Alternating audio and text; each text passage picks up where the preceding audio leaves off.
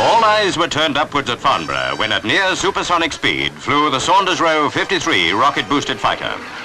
Development of it, already planned at the Isle of Wight Works, was the SR-177.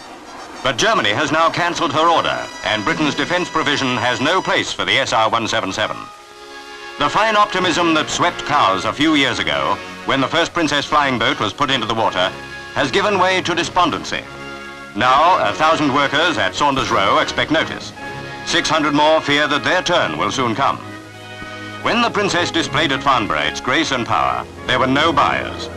So £8 million of government money, taxpayers' money, has gone down the drain, spent in bringing the Princess to perfection. With the Swift fighter, it was the same story of millions gone west. For though it once held the world speed record, it fell a long way short of service requirements. But whitest of all aeronautical white elephants was the gigantic Brabazon.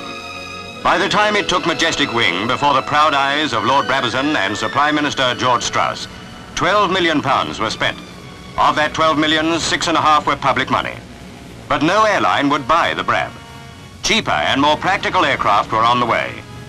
But don't worry, you can always increase taxation. Present Minister of Supply is Mr. Aubrey Jones. His presence a few months ago at the Royal Aircraft Establishment at Bedford to inaugurate the huge wind tunnel underlined how closely ministry and aircraft industry are linked. All the manufacturers will benefit by research here. Nor in remembering the ministry's losses on airplanes must we forget its gains. Outstanding just now is the Britannia.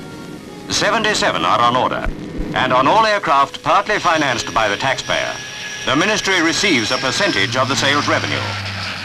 As for the Viscount, it makes a big contribution to the aircraft exports total of well over £100 million a year. The industry can undoubtedly deliver the goods, but for the taxpayer's sake, can't those costly mistakes be prevented?